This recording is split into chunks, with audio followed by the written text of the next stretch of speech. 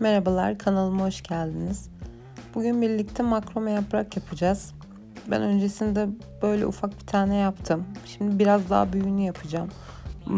Farklı boyları bir araya getirip bir ağaç dalına ya da bir ipe asarak duvarda değerlendirebilirsiniz. Öncelikle ortaya gelecek olan ipimizi 30 santim ölçüsünde kesiyoruz ve iki ucunu birleştirip masaya koyuyoruz.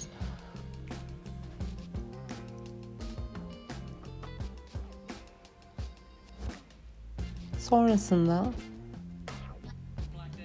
20 santim ölçüsünde kestiğim minik ipler var burada. Şimdi yaprak modelimize başlarken ikiye katlıyoruz. İlk ipimiz alta geliyor.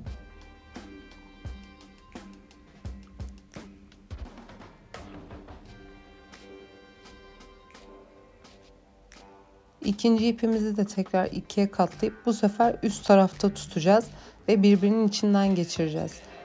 İki ucu olan ipimizi diğer ilmeğin içinden geçiriyoruz, alttaki ilmeğin.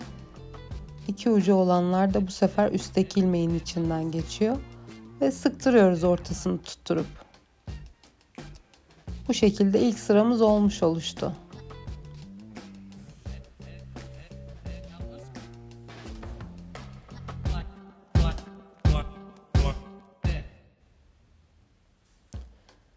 İkinci sırada yine ilk ipimiz altta, ikinci ipimiz üstte olacak şekilde ortadaki ipin sonuna kadar bu şekilde ilerliyoruz. Yine üstteki ipi alttaki ilmeğin içinden geçiriyoruz.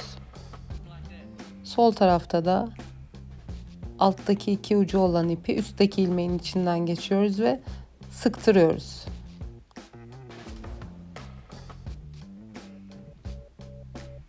Siz istediğiniz ölçülerde ipler kullanabilirsiniz. Benim ilk yaptığım biraz daha küçüktü. Ben bu videoda biraz daha büyüğünü yapmak istedim. Farklı boylarda yan yana getirip duvara asmak için.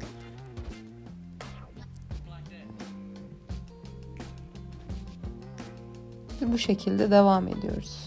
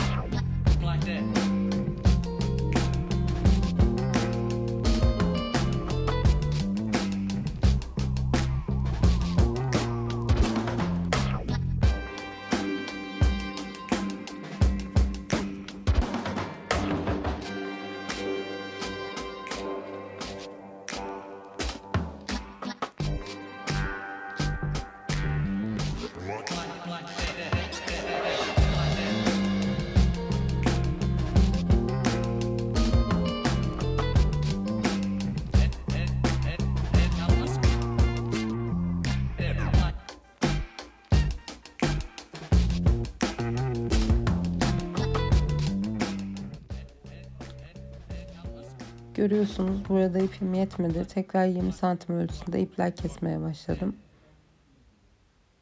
Ortadaki ipin sonuna kadar bu şekilde ekleyip devam edeceğim.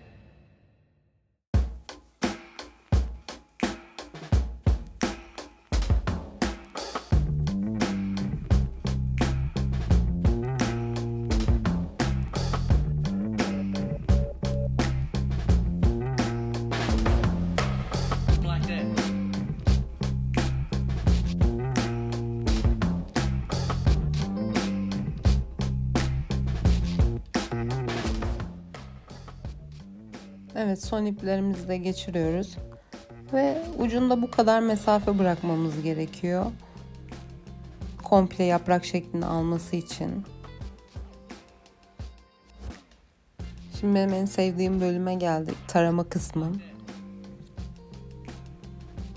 Tüm ipleri bu şekilde ortasından tutarak iyice açılana kadar ipler tarıyoruz.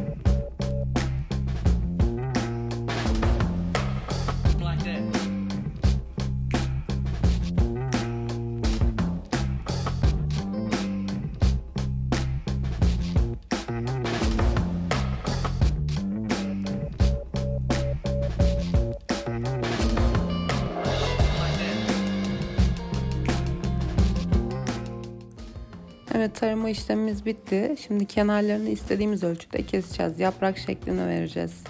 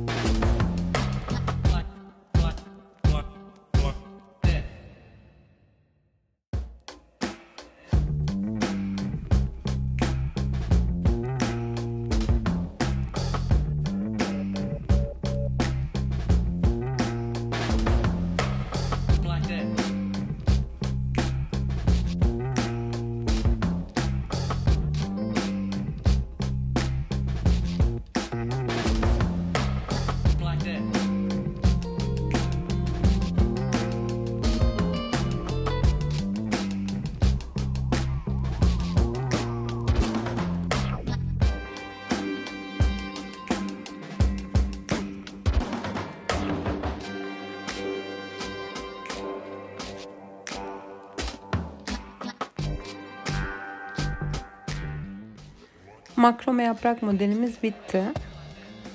Makrome yaprağın daha da düzgün durmasını istiyorsanız yapraklarını sürekli taramanız gerekiyor, kenardaki ipleri.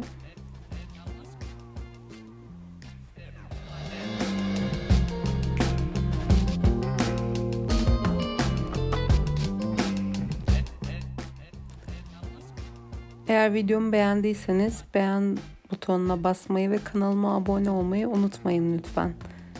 Yeni videolarda görüşmek üzere, hoşça kalın.